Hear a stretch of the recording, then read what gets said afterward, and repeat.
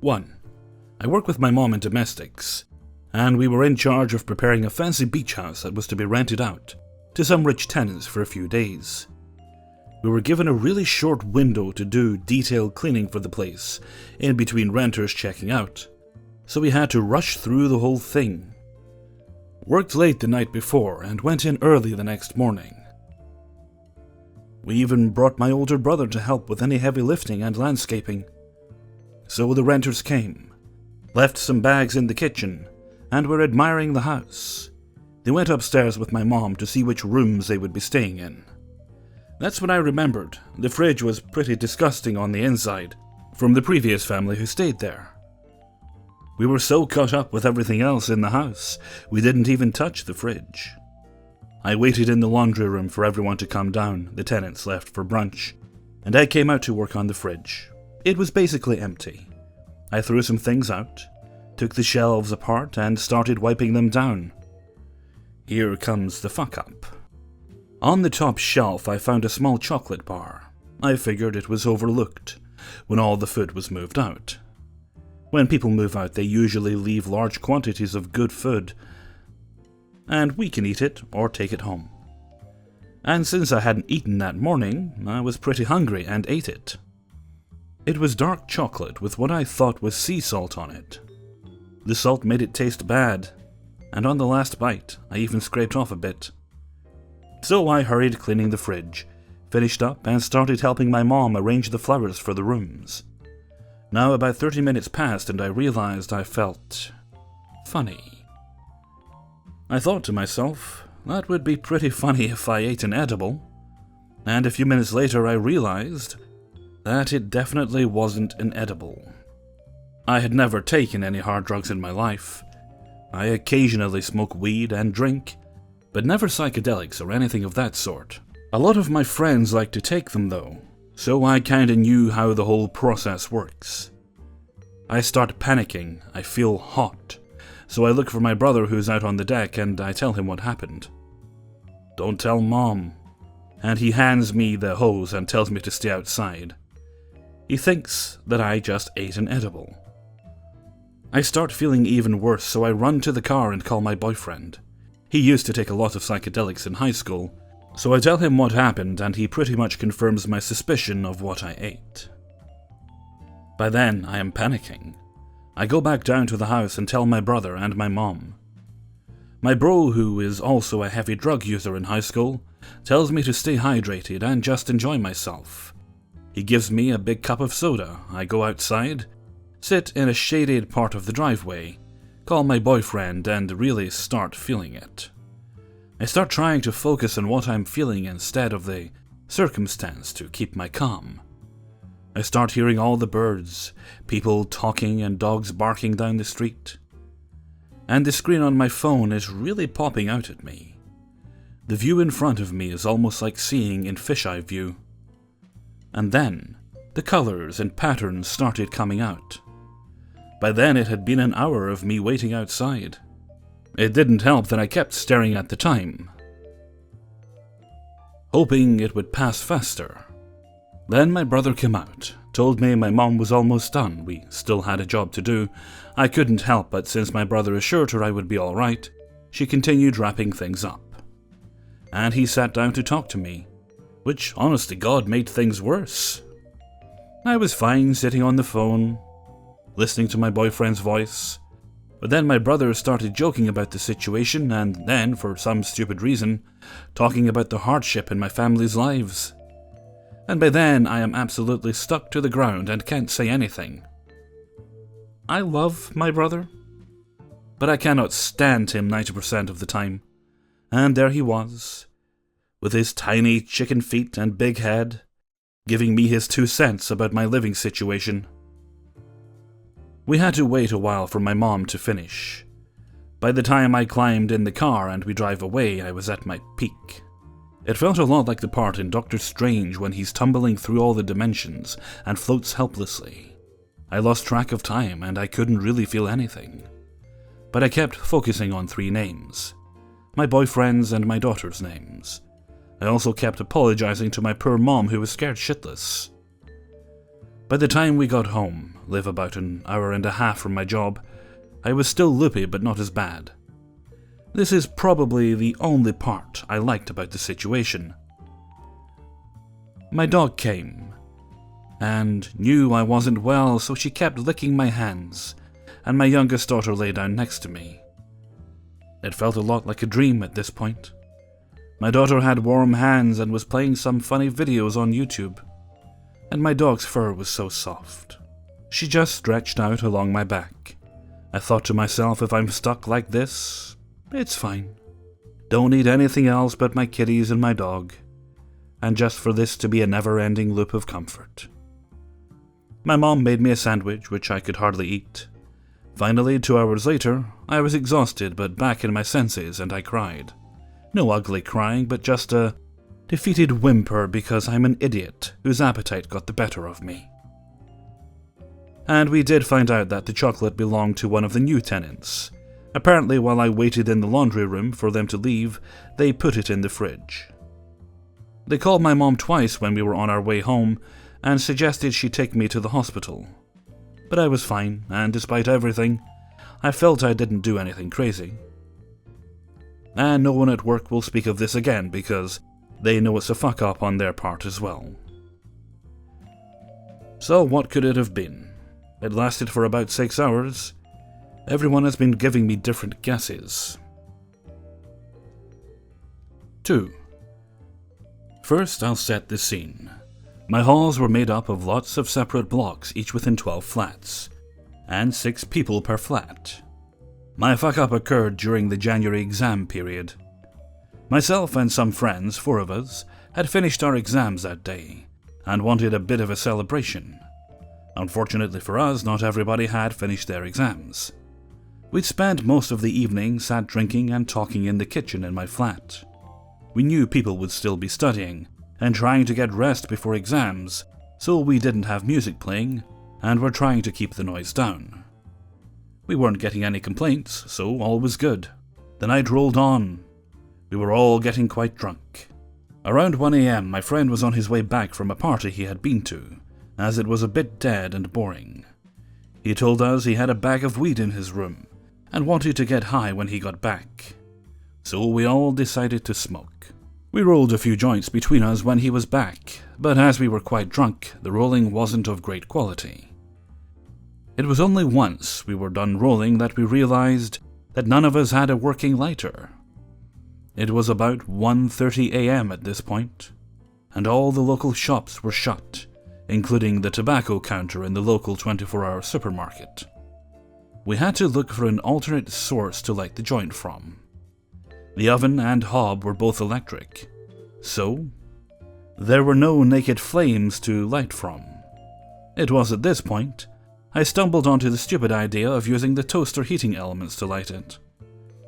It's worth pointing out at this point that the accommodation had very strict fire safety policies, including very sensitive smoke detectors in every room, hallway and kitchen.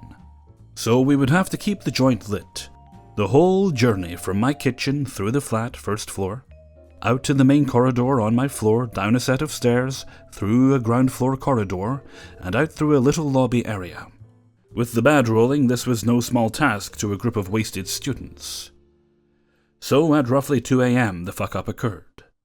I volunteered to try to get the first joint lit and outside. So I turned the toaster on, got the end lit, and started to inhale gently while walking through my flat and out. It was when I got to the top of the stairs when I realized I may have made a mistake.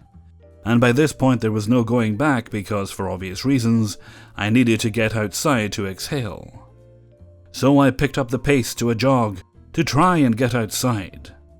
Unfortunately, all the inhaling had left me slightly lightheaded, and I stumbled about the hallway down the flight of stairs, missed a step, and tumbled head first the rest of the way down. Exhaled a lungful of smoke in the process, and consequently set the fire alarm off at 2 in the morning, forcing everybody in the block, all 72 people, to go stand outside while the security come and check that there isn't an actual fire. I hit my head when I fell and was a bit dazed as well as drunk. and now ever so slightly high, and started to panic when I heard this screech from the fire alarm. So without thinking, I picked up the joint from the floor and ran outside to fire assembly point, along with the rest of my friends.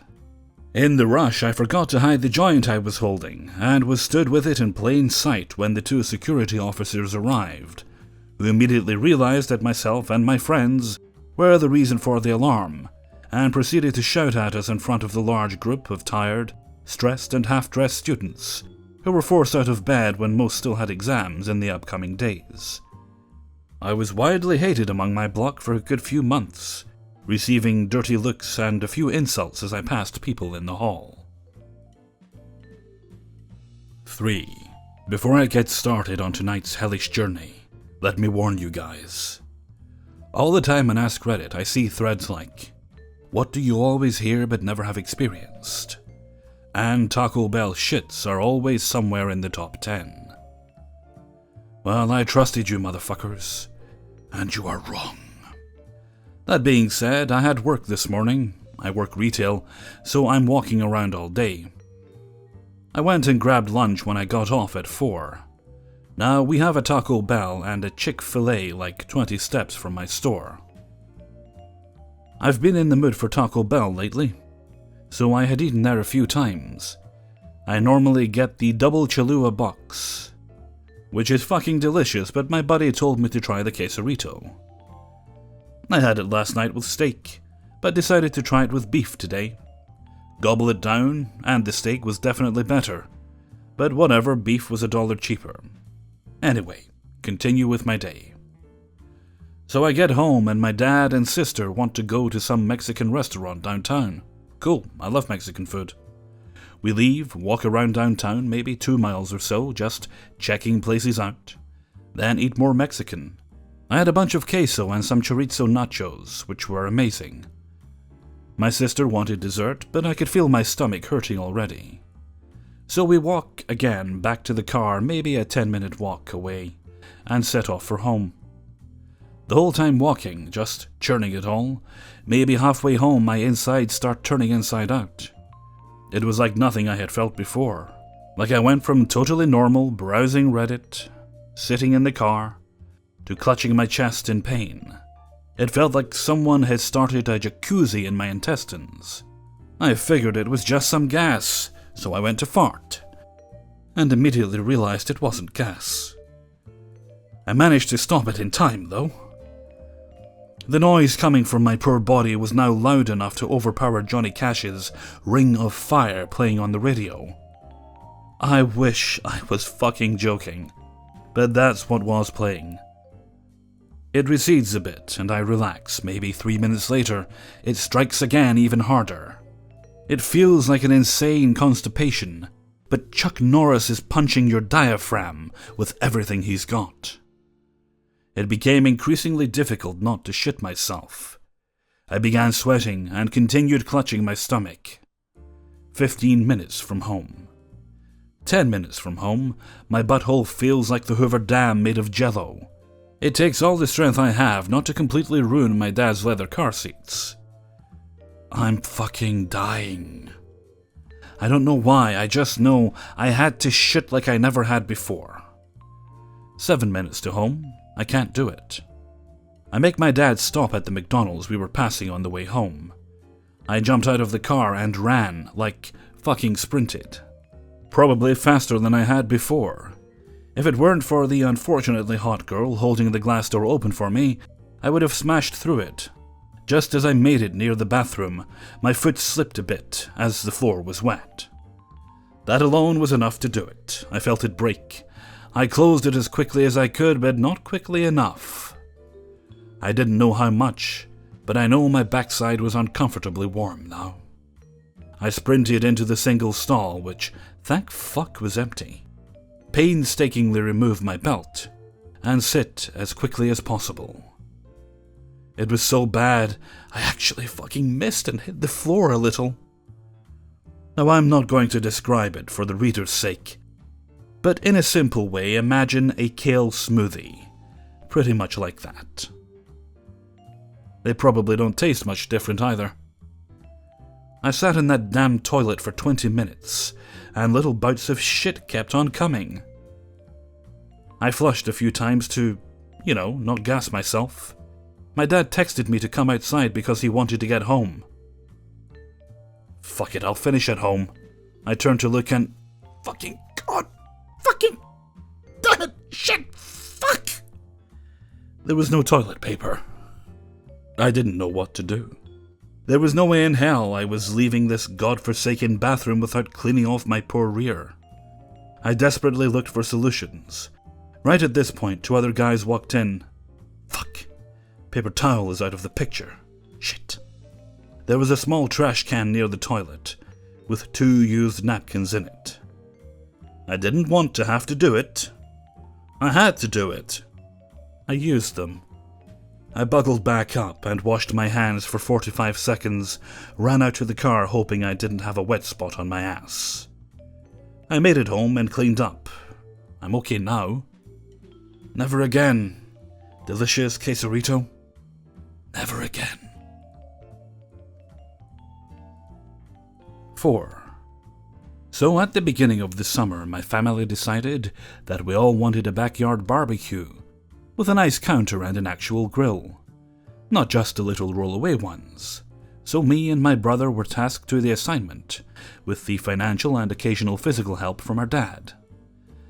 So after weeks of planning and building the frame and getting all the parts ready, it was time for the grand finale, pouring the concrete countertops. Well, in our family I refer to myself as the muscle and my brother as the brain of an operation. My brother does all the research and math, planning how many 2x4s we need, or how much melamine to cut, or how many bags of Quikrete we need to buy, etc. So my dad and brother went out early this morning to get a concrete mixer from Home Depot. When they got back, my brother woke me up and we got started. After a solid 4 hours of prep, we were ready to start the concrete. So after a ton of preparation, we poured the water and Quikrete into the mixer. The first batch came out all rocky and dry, and it wasn't even. It was a weird color from the dye. All around I'd give it a 1 out of 10, so after about 4 hours of digging through it with our hands with an old axe in our backyard, trying to loosen it all up, we got the shitty, dirty wet gravel mix onto our melamine mold. Now we live in California, and although it wasn't too hot today, it was still fairly toasty. So, here I am, digging out wet concrete with my hands into a little bucket we used to build sandcastles with at the beach, and hauling it up some steps to put on the melamine board. In the meantime, my brother is evening out the piles I'm bringing up, and my dad is picking out a few of the big rocks. About 3 hours pass of this, and we all finally sit down, admiring how awful the countertop looks. All of a sudden, my brother starts talking about how his hands feel really tight and warm. I've kinda been ignoring the pain because I kept cutting the side of my hand in the mixer, and I was getting a workout from the concrete. But I noticed a light stinging and my hands were very red. After a few worried exchanges between my brother and my dad said, "What's the pH of wet concrete?" My brother's eyes immediately widened, looking for a phone to start searching with. My dad whips out his and they both start searching the internet, while I sit there admiring my painfully red hands. 13, my dad says. After a very brief and thorough discussion, I offer we go get our hands in vinegar or something because I may be the muscle, but I passed basic chemistry. We all rush into the kitchen looking for a big bottle of vinegar, but we can only find my mom's nice white wine cooking vinegar. At this point, my hands were starting to burn. We quickly grab 3 big bowls and start ripping open lemons we see on the counter, squeezing and tossing them in. We put our hands in the half lemon, half water mix, and the relief was instant. We all sat there for about 20 minutes laughing at how stupid we were. Apparently, after a little bit of research post-burn, dry concrete contains calcium oxide, which, when is mixed with water, creates calcium hydroxide. Basically, this means that it becomes extremely alkaline, and violently burns our hands, which only have a pH of 5.5. Bonus, My dad said using coconut oil would help relieve the burn pains. I used too much, and it got a little slippery. 5. A little background first. I met this girl June last year, and a month later we were officially together. Things were fantastic and we bonded so well. Over the months preceding the incident, I gathered that she had relatively little experience when it came to drugs. I myself am not big into the drug scene, but at the time I did try pot every now and then. We had shared a joint or two in the past, and I decided that we should celebrate the end of high school by smoking a bong at her house. Not my brightest idea, and her mother was not a fan of any drugs. So on that fateful Friday, I acquired a bong and a pretty strong strain of ganja. Her mother was a really heavy sleeper, so we waited until she fell asleep, on the sofa, and went out the back garden. We lit up. I took 2 hits and she took the same. Things seemed okay and we both began to feel the effect after about 5 minutes. The giggles set in, a little, and we were good. Then she stood up, freaked out about getting caught, stood still, told me she couldn't see, and fucking dropped. I thought she had died then and there. Thankfully I caught her in time, and even while stoned, my first aid training kicked in. When I laid her down on the ground, her eyes were open and she was unresponsive, literally looked dead. Thankfully she came about quite quickly. It didn't end there. She started freaking the fuck out, wide-eyed, high heart rate, and the likes. She was insisting that I call an ambulance and get her to the hospital. This was a classic whiteout, as she had a relatively strong hit compared to her weight. I'm 115 kilograms and 2 hits does it for me. She's 65 kilograms. I said that she'll be okay, that it wasn't anything major. She started shaking violently and couldn't muster the strength to sit up from the concrete, still insisting on the ambulance. My stoned self was starting to panic, and she continued to insist on the ambulance as her panic levels increased. I eventually obliged, certain that I was going to be hung, drawn, and quartered by her mother. The ambulance arrived not too long after I called, lights on but siren off. We asked them to do this in the phone. Legends. I thought all was good, but then her dog started to bark in the room her mother was sleeping. Damn it, Shadow! I went inside to try and shut the dog up. As I picked him up and petted him, her mother woke up and looked at me. I felt like my soul was being torn from my body. I smiled and said I was calming the dog down, and she just closed her eyes and went back to sleep. Phew. I went out the back and the paramedics walked through the back gate, laughing. I explained what happened and they said it was okay and that she will be okay.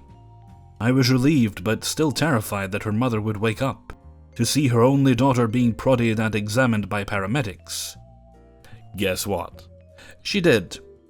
I awkwardly said hi and she asked what was going on. My heart nearly exploded. My girlfriend and I looked at each other, then to the paramedics. We had no idea what they would say. Then the paramedic, Sarah, I will never forget that name, said, "Just low blood sugar, had a bit of a fainting spell, nothing to worry about really." I nearly hugged her, I was so relieved. After they left, we all went inside, talked about what happened and slept soundly. I guess this fuck-up had a wholesome, happy ending. Hopefully a nice change for you guys. However, my girlfriend, who I am still with 1 year and counting, can never look, smell, or smoke weed again. Even thinking about it makes her anxious. I had PTSD-like flashbacks for 4 days after the incident. Probably won't smoke again. Hey everybody, Hellfreezer here, and thank you very much for listening to 5 True Embarrassing Stories, episode 55. Thank you very much to everybody who allowed me to use their stories in this video. Well, here we are on Saturday once again. I hope you're all going to have a very good and happy weekend. Weather here hasn't been great, so I'm hoping for sun. I want to do nothing exciting really. I want to cut my hedges is what I want to do. And I wouldn't mind if it wasn't raining while I did it.